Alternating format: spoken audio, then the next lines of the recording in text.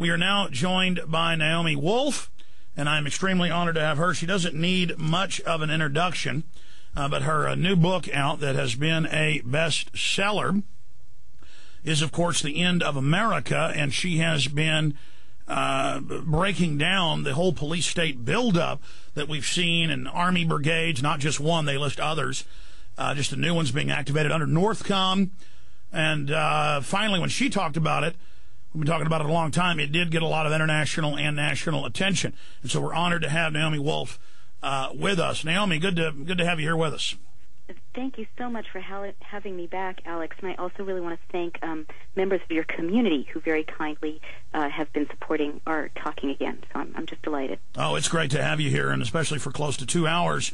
Out of the gates, you're awakening to the 10 steps of fascism, and maybe briefly go over a few of those, and then with horror, the open end of Posse Comitatus, the military warfare drills, admitting that it's for domestic operations, civil unrest.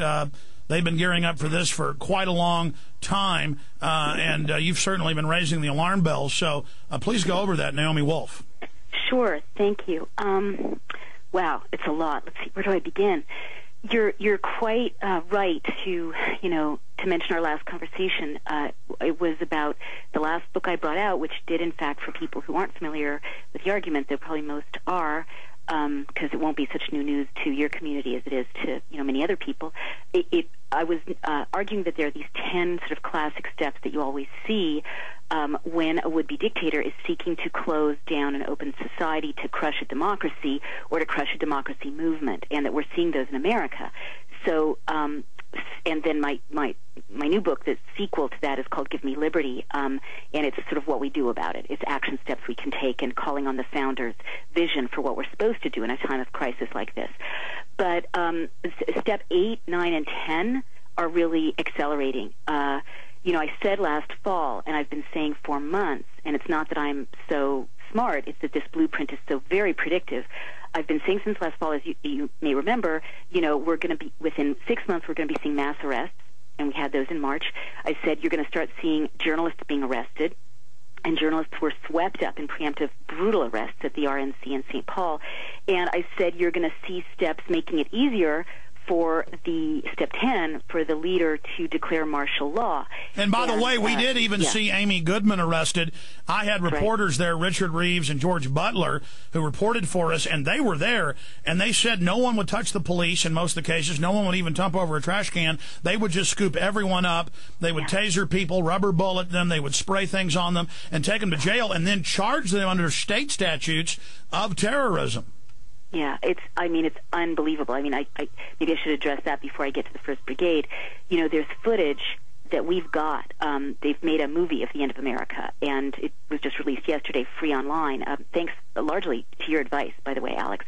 And we've got footage that is so chilling. Very few Americans have seen what actually happened in this militarized St. Paul, where millions of dollars of Homeland Security money was pumped, as it is across the country now, pumped into local police forces, agents training police, agents infiltrating, and other reporters like Michelangelo Signorile, a very respected reporter here in New York, said that he was stopped by people who had no identification at all, people in like dark blue jumpsuits who you couldn't tell, are they police, are they Blackwater, are they mercenaries, are they Americans, are they not Americans?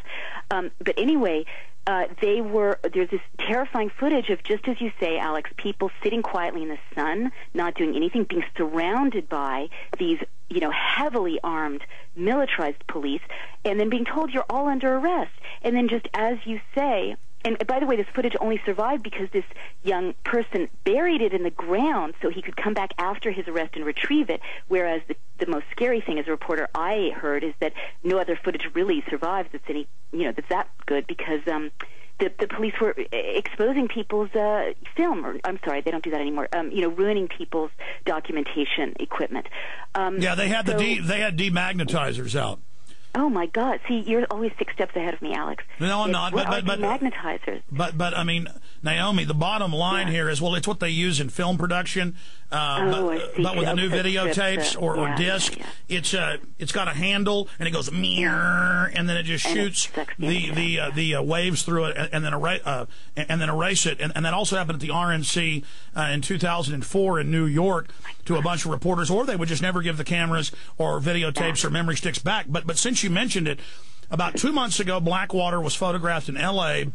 and San Diego in raids on medical marijuana facilities. And then 2 weeks ago, I saw multiple articles of Blackwater aiding local law enforcement in fugitive hunts. Just Google Blackwater aids Sheriff's Department in fugitive hunts. So now we see it happening, not just in New Orleans, but now all over the country. It's I just wanted to back you up there. Thank you. I mean, well, that's certainly terrifying, and I have to wrap my brain around that. But so you're right about the militarized RNC, but that isn't enough, apparently, because what happened on October 1st is essentially a coup has taken place, in practice, even though Rove is very brilliant in having it be kind of a coup by inches, like it's a stealth coup. But I say without rhetorical flourish that a coup has taken place, Alex, because the 1st Brigade of the 3rd Infantry Division, which is 3,000 to 5,000 soldiers, was redeployed from Iraq to somewhere in the United States. And this is, a violation of 200 years of laws from the Insurrection Act of 1807 to the Posse Comitatus Act of 1879 that have protected us as Americans from soldiers being deployed to do civilian policing. And the Army Times report, the initial report, said they are here. Their mission is crowd control, and these are the people who were responsible for crowd control in Fallujah. They're armed with tasers and rubber bullets. They had quotes from people who were tasered in exercises, which seems like an odd kind of quote. And they also said, "We hope we don't have to shoot Americans." That was a cryptic quote. But Naomi, the key was... Wait, where do I find that? You're ahead of me. Where was that reported? That was originally in there, and they took it out. In the Army Times? Yes, but... Listen, at the bottom of the article, and they took that off too, but we have printed copies, they listed the other units already here that they're aiding. Oh, no. And we ran into those groups in 98, 99, 2000 in Texas, and they would come up and tell us, turn your cameras off. So this is just one public brigade we're hearing about. There's a much larger contingent. Oh, God. Well...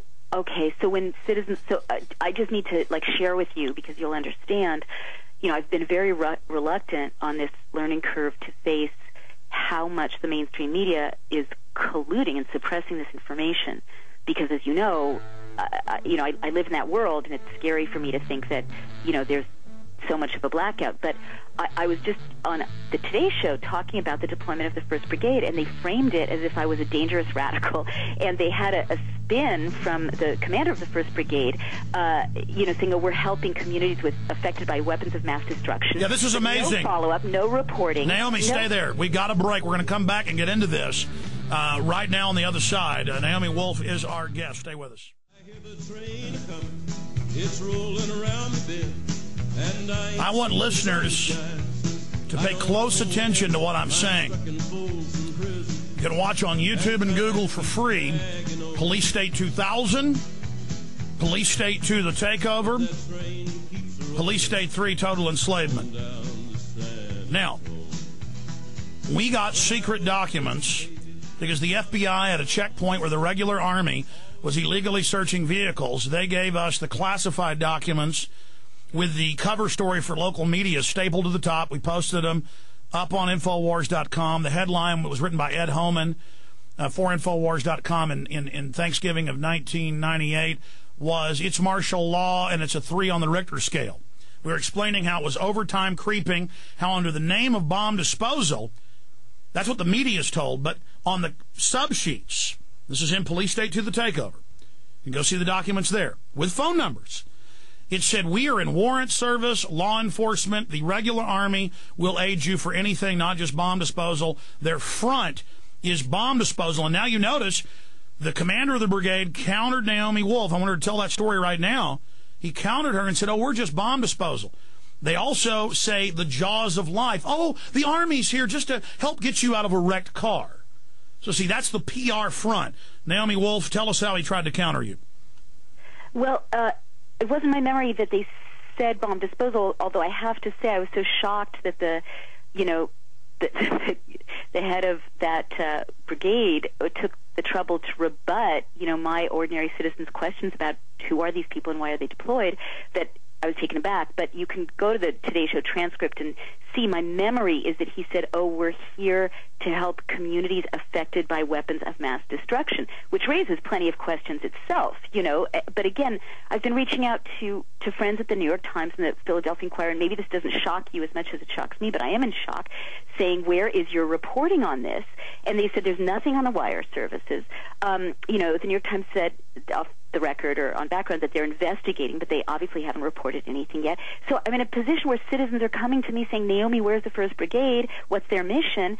And, I can't tell them where they are. And I know that the latest spin, the latest PR releases, I just blogged about this yesterday on BuzzFlash, from the military, are lying to the American people about the law.